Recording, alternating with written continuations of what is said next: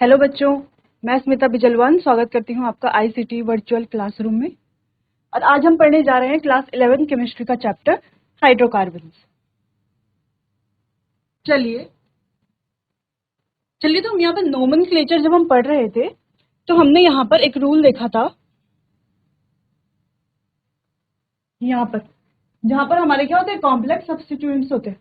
ठीक है, तो यहाँ पर ये जो क्वेश्चन था इसमें जो नोमेनक्लेचर था, तो अगर हम ध्यान से देखें तो मैंने क्या बोला था आपको कि पेरेंट चेन और उससे जो हमारे कॉम्प्लेक्स सब्स्टिट्यूएंट है, कॉम्प्लेक्स सब्स्टिट्यूएंट यानी कि यहाँ पर भी देखो एक प्रोपाइल चेन बन रही है। ठीक है, तो ये जो प्रोपाइल चेन है यहाँ पर लिखा है 1,2 डाइमिथाइल, यानी कि 1 पे एक मिथाइल है और 2 पे भी क्या है, एक मिथाइल है। तो 1,2 डाइमिथाइल प्रोपाइल ये हो गया और उसके बाद है हमारा नोनिन।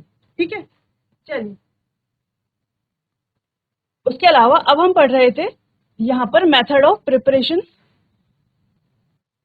तो चलिए मेथड ऑफ प्रिपरेशन में पहले हम अनसैचुरेटेड हाइड्रोकार्बन से कैसे हम जो है हमारे एल्केन्स को बनाएंगे वो हमने पढ़ लिया था कि अनसैचुरेटेड हाइड्रोकार्बन से हमने कहा था एल्कीन और एल्काइन से हम कैसे बनाएंगे। यहाँ पर एक सैबिटियर और सैंडर्स रिएक्शन हमने पढ़ी थी। ठीक है, उसमें क्या होगा, रिडक्शन होगा, जिस वजह से हमारे क्या बनेंगे, एल्केन्स बनेंगे। चलिए तो आप यहाँ पर देखिए, इस तरीके से हमने ये पढ़ा था।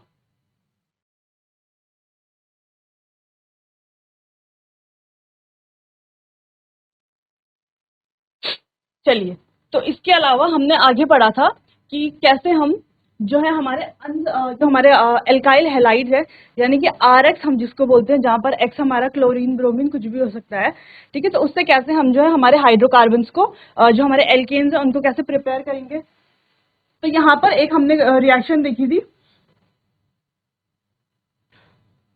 जिंक के साथ और डाइल्यूट HCl हम यहाँ पर ले रहे थे, फिर हमारे एल्केन फॉर्मेशन हो रही थी, किस तरीके से हम फॉर्म कर रहे थे ये मैंने आपको बता दिया था। उसके बाद हमने पढ़ा था यहाँ पर एल्काइल हैलाइड से जो सबसे एक इंपॉर्टेंट मेथड है जिसको हम एक नेम रिएक्शन भी बोलते हैं, वो थी हमारी वुड्स रिएक्शन। ठीक है, तो वुड्स रिएक्शन की जो जनरल रिएक्शन होती है वो हमने पढ़ ली थी कि RX plus 2Na plus RX gives जो भी हमारे एल्केन ये देता है। ठीक है, ये हमने पढ़ लिया था, ड्राई ईथर की प्रेजेंस में हमारे पास हमारा एल्केन मिलता है और 2NaX हमें मिलता है। ठीक है, तो चलो वुड्स रिएक्शन तो आपको समझ आ गई होगी। चलो अब ना वुड्स रिएक्शन से मिलती जुलती एक और रिएक्शन होती है जो इस चैप्टर में भी आती है और आगे हमारे ऑर्गेनिक केमिस्ट्री में भी आती है। ठीक है, तो इस रिएक्शन को भी आप अपनी कॉपी में नोट कर लेंगे, ये है हमारी फ्रैंकलैंड रिएक्शन।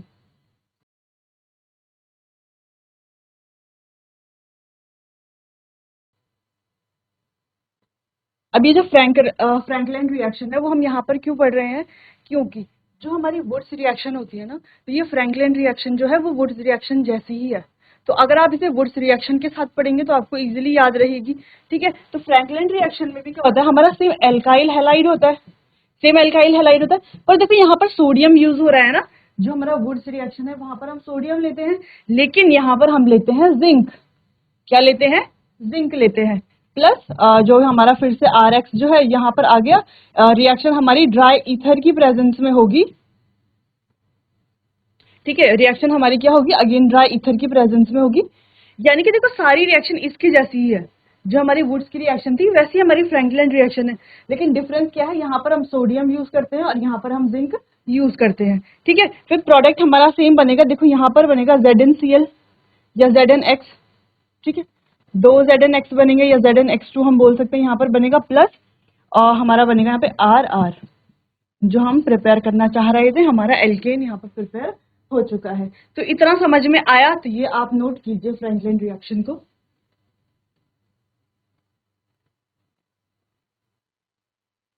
ZnX2।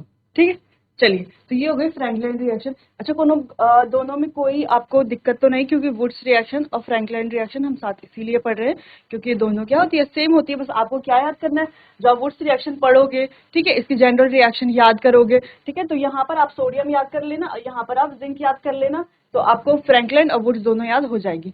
चलिए, तो फ्रैंकलिन भी आप समझ आ गई होगी। अब इसके अलावा एक और रिएक्शन है जो हमारी सेम वुड्स रिएक्शन जैसी ही है। ठीक है, तो वो है हमारी फिटिक रिएक्शन, आपने सुना होगा फिटिक रिएक्शन।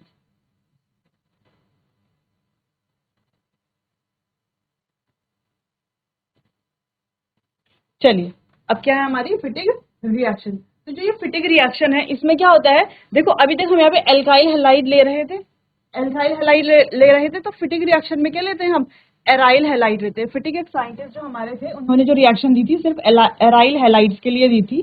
तो यहाँ पे हम एराइल अपना और यहाँ पे कोई भी हैलाइड जैसे Cl हमने ले लिया, प्लस बाकी रिएक्शन क्या रहेगी, सेम रहेगी, सिर्फ एल्काइल यानी कि आर की जगह पर हमको क्या लेना है, कोई भी एराइल हैलाइड लेना है। ठीक है, एल्काइल हैलाइड की जगह पर कोई भी एराइल हैलाइड हमको लेना है, प्लस 2Na जो भी हमारी रिएक्शन थी एज इट इज हम उसको कर देंगे। ठीक है, यहाँ पर Cl और ये हो गया हमारा,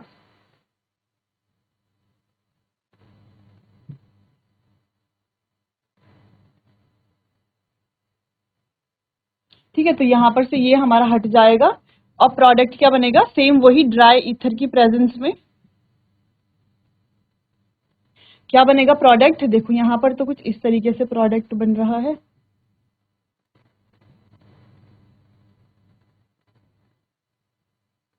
अगर हम देखें तो ये क्या है हमारा बाइफिनाइल रिंग है, यहाँ पे वही 2NaCl plus 2NaCl।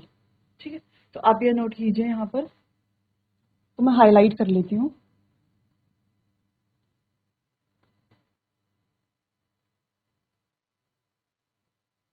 Plus 2NaCl, तो ये वाली जो रिएक्शन है अभी हमने पढ़ी है फिटिक रिएक्शन। तो अभी हमने देखो वुड्स रिएक्शन से मिलती जुलती कितनी रिएक्शंस पढ़ ली, पहले तो हमने वुड्स पढ़ ली। ठीक है, वुड्स इजी reaction RX plus 2Na plus RX और फिर मिलके हमारा क्या बन जाएगा 2NaX और हमारा जो है एल्केन बन जाएगा। उसके अलावा हमने क्या पढ़ी, हमारी फ्रैंकलाइन रिएक्शन। तो फ्रैंकलाइन रिएक्शन में भी हमने सेम पढ़ा, लेकिन वहां पर Na की जगह पे Zn आएगा।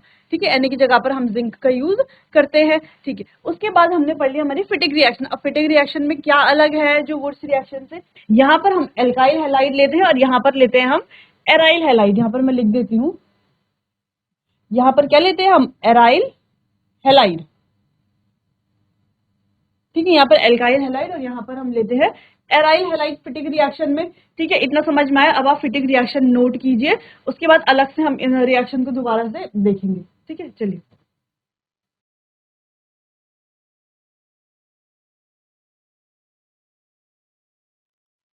चलिए, तो यहाँ पर जो हमारे प्रोडक्ट दिख रहा है इसका नाम क्या होगा, देखो दो फिनाइल रिंग है ना यहाँ पर, तो इसका नाम क्या है, बिसफिनाइल बेंजीन। लेकिन दो है क्या, दो है क्या, बेंजीन है ना दोनों। ठीक है, तो क्या है, बिसफिनाइल बेंजीन। चलिए, तो ये आपको समझ आ गया होगा, फिटिक रिएक्शन आपने नोट कर ली होगी।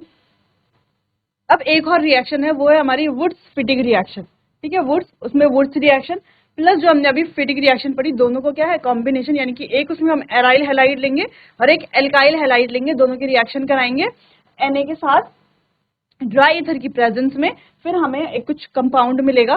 ठीक है, चलिए तो वो रिएक्शन हम देखते हैं। चलो वो रिएक्शन हम यहाँ पर देखते हैं।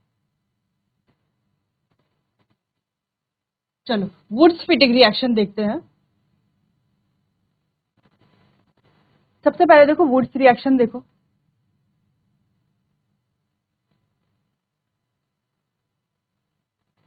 पहला है हमारा वुड्स रिएक्शन।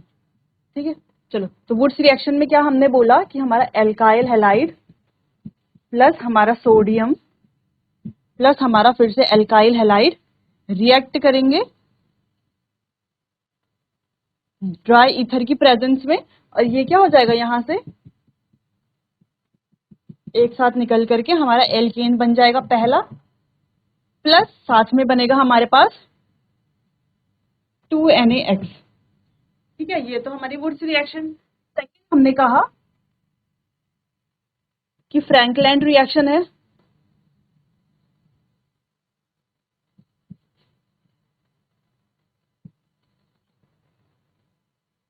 ठीक है, फ्रैंकलैंड रिएक्शन है। अब फ्रैंकलैंड रिएक्शन में क्या हो रहा है, देखो फ्रैंकलैंड रिएक्शन में सेम हमारा एल्काइल हैलाइड प्लस यहाँ पर ले रहे हैं हम Zn, जिंक लेंगे। ठीक है, प्लस यहाँ पर सेम एज इट इज हमारा एल्काइल हैलाइड आएगा ड्राई ईथर की प्रेजेंस में। ठीक है, ड्राई ईथर हम लेते हैं, फिर से हमारा क्या बन जाएगा, एल्केन हमारा यहाँ पर प्रिपेयर होगा प्लस ZnCl2 या ZnX2 हम बोले, ठीक है। यहाँ पर X क्या लेते हैं हम, Cl लेते हैं, ठीक है। चलो ये रिएक्शन हो गई, दो रिएक्शन ये हो गई। उसके बाद हमने पढ़ी हमारी फिटिक रिएक्शन।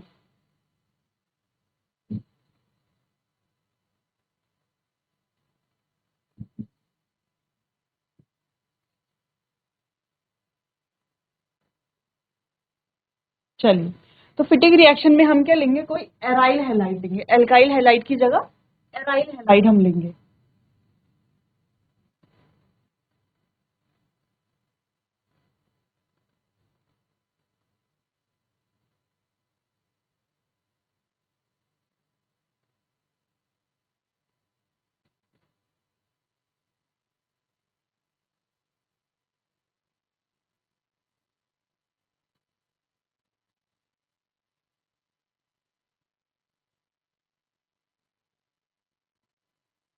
ठीक है, यहाँ पर सेम वही हम क्या लेंगे, ड्राई ईथर की प्रेजेंस में क्या बनेगी हमारी, बिसफिनाइल बेंजीन प्लस वही 2NaCl। ठीक है, इतना समझ में आया। अब हम बोल रहे हैं हमारी अगली रिएक्शन है Wurtz Fittig reaction. Wurtz Fittig reaction, चलो अब एक चीज हम देखते हैं। वुड्स फिटिक रिएक्शन करने से पहले हम देखते हैं एक चीज कि ये यहाँ पर वुड्स है और ये यहाँ पर फिटिक है, दोनों में कुछ डिफरेंस है। सिर्फ एक ही डिफरेंस है कि यहाँ पर क्या हमने एल्काइल लिया है और यहाँ पर क्या लिया है, एक एराइल कंपाउंड लिया है ना, एराइल हैलाइड लिया है। यहाँ पर एराइल यानी कि जो ये बेंजीन रिंग वाले कंपाउंड होते हैं, एल्काइल यानी कि जो हमारे एलिफेटिक कंपाउंड्स होते हैं, और एराइल यानी कि जो हमारे एरोमेटिक कंपाउंड्स होते हैं। ठीक है, चलिए, तो यहाँ पर फिटिक रिएक्शन है, यहाँ पर वुड्स रिएक्शन है। दोनों को अगर हम कंबाइन कर दे तो क्या बनेगा हमारा, वुड्स फिटिक रिएक्शन। देखो कंबाइन किस तरीके से करेंगे, वुड्स फिटिक बोल रहा है ना, चलो कोई पहले फिटिक का या वुड्स का कोई प्रोडक्ट ले लो, रिएक्टेंट ले लो, सॉरी।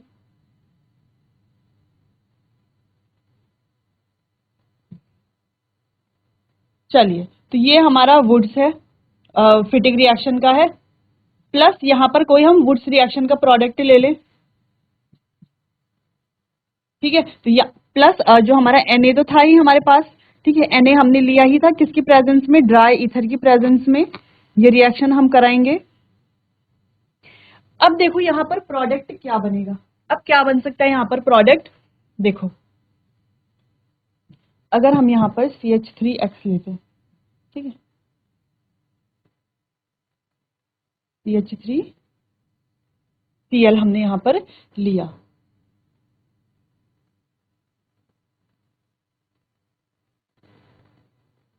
CH3 plus 2NaCl। अब देखो ये जो कंपाउंड बना, ये क्या बना, इसका नाम क्या है,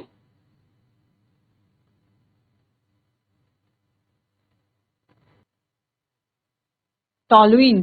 ठीक है, ये क्या है हमारा, टॉलिन है। ठीक है, इस तरीके से इसको हम ऐसा भी बना सकते हैं ना। देखो ये जो टॉलिन है, इसको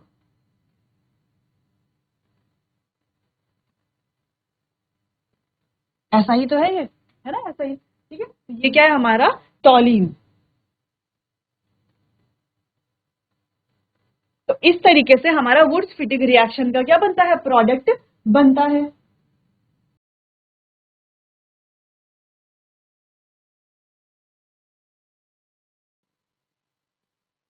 चलिए, तो अब हमने यहाँ पर क्या पढ़ा, पहले हमने जब हम एल्केन्स का प्रिपरेशन पढ़ रहे थे, तो एल्केन के प्रिपरेशन में सबसे पहले हमने क्या पढ़ा था।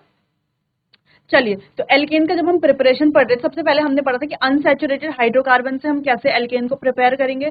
अनसैचुरेटेड यानी कि डबल बॉन्ड वाले और ट्रिपल बॉन्ड वाले जो हमारे कार्बन कंपाउंड्स होते हैं, उनसे कैसे कि हम करेंगे। तो वहाँ पे कैटालिटिक हाइड्रोजनेशन हमने कई सारी रिएक्शंस पढ़ी थी, उनकी मदद से हम क्या बनाते हैं, हमारे एल्केन्स को फॉर्म प्रिपेयर करते हैं। ठीक है, अगला मेथड हमने पढ़ा था कि एल्काइल हैलाइड से कैसे करते हैं। तो एल्काइल हैलाइड से किस तरीके से किया जा सकता है, एक वुड्स रिएक्शन है, यहाँ पर भी देखो हमारा एल्केन फॉर्म हो रहा है। ठीक है, एक फ्रैंकलैंड रिएक्शन है, फ्रैंकलैंड रिएक्शन में भी एल्केन फॉर्मेशन हो रहा है। ठीक है, और वुड्स के साथ ही हम फिटिक रिएक्शन भी पढ़ लेते हैं फ्रैंकलैंड के साथ ही, और इसके साथ ही हम वुड्स फिटिक रिएक्शन भी पढ़ लेते हैं, क्योंकि ये क्या है, इनका जो रिएक्शन है वो क्या होती है, सिमिलर ही होती है। चलिए, तो आप ये चारों रिएक्शन जो है अपनी कॉपी में नोट कीजिए। चलिए,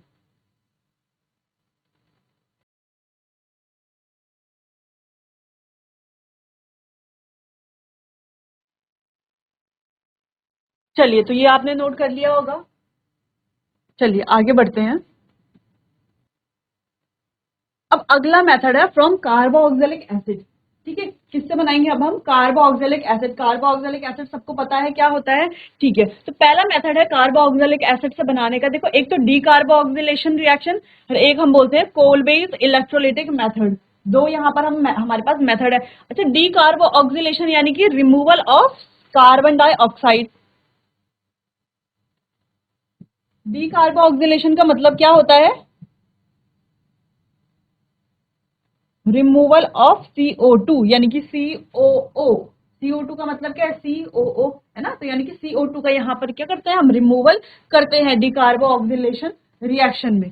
चलिए, सोडियम सॉल्ट ऑफ कार्बोक्सिलिक। अब हम यहाँ पे कार्बोक्सिलिक एसिड तो लेते हैं, लेकिन कैसे, उनका सोडियम सॉल्ट लेते हैं। क्या लेते हैं, सोडियम सॉल्ट लेते हैं on heating with soda lime. अब इसको सोडा लाइम के साथ हम हीट कर लेते हैं। Gives alkane containing one carbon atom less than the carboxylic acid, यानी कि कार्बोक्सिलिक एसिड से एक जो है वो कम कार्बन एटम। देखा देखो, जैसे यहाँ पर देखो, यहाँ पर कितने कार्बन है, यहाँ पर हमने सोडियम इथेनोएट लिया है। ठीक है, तो सोडियम इथेनोएट जब हमने लिया है तो यहाँ पे दो कार्बन है ना, दो कार्बन है, यानी कि इथेन बनना चाहिए था, लेकिन नहीं, यहाँ पर क्या होता है, रिडक्शन। यहाँ पर क्या होता है, एक कार्बन कंपाउंड कम हो जाता है और एक ही कार्बन कंपाउंड जो है, एक ही कार्बन कंटेनिंग एल्केन हमारा फॉर्म होता है। ठीक है, चलिए, अगर यहाँ पर तीन कार्बन होते तो एक कार्बन हटके हमारा क्या बन जाता, दो, यानी कि इथेन फॉर्म होता। चलिए, तो ये जो रिएक्शन है ना, इसको हम कहाँ पर यूज करते हैं, ये रिएक्शन, देखो ये जो डीकार्बोक्सिलेशन का रिएक्शन है, जहां पर देखो कार्बन का नंबर क्या कर रहे हैं, हम कम कर रहे हैं, है ना। तो जब हम कन्वर्जन पढ़ते हैं आगे, जब हम कन्वर्जन पढ़ेंगे कि इथेनॉल से मिथेनॉल बनाओ, है ना, इथेनॉइक से मिथेनॉइक बनाओ। ठीक है, तो यहाँ पर जो कन्वर्जन हम पढ़ते हैं, यानी कि कार्बन नंबर जहां पर हमें कम करने होते हैं, ऐसी जगहों पर हम ऐसे रिएक्शंस को यूज करते हैं। तो ये रिएक्शन जो है बहुत इंपॉर्टेंट है, और आपके आगे जब आप कन्वर्जन पढ़ेंगे, जो कि क्या है, केमिस्ट्री का इंपॉर्टेंट पार्ट है, एग्जाम में ज्यादातर हमें क्वेश्चंस देखने को मिलते हैं कन्वर्जन के। ठीक है, तो वहां पर ये यूज आएगा, तो इसको आप ध्यान से देखिए। चलिए, यहाँ पर सोडियम एथेनोएट लिया है, उसके साथ NaOH का रिएक्शन करा के हमारा क्या बनता है, CH4 बन रहा है, साथ में Na2CO3 जो हमारा कंपाउंड है वो हमें जो हमारा बाय प्रोडक्ट है वो हमें मिल चुका है। ठीक है, यहाँ पर एल्केन यानी कि मीथेन का फॉर्मेशन हो रहा है। ठीक है, this process of elimination of carbon dioxide from carboxylic acid is known as decarboxylation, यानी कि यही कार्बन डाइऑक्साइड यहाँ से क्या हो रही है, हट रही है कार्बोक्सिलिक एसिड से, तो इसी को क्या बोला जाता है, डी कार्बोक्सिलेशन बोला जाएगा, जो कि हम पहले भी पढ़ चुके हैं, यानी कि CO2 का रिमूवल हमारा डी कार्बोक्सिलेशन कहलाया जाएगा। ठीक है, तो ये जो रिएक्शन है इसकी, इसको आप नोट कर लीजिए, ये जो रिएक्शन है ये आप नोट कर लीजिए।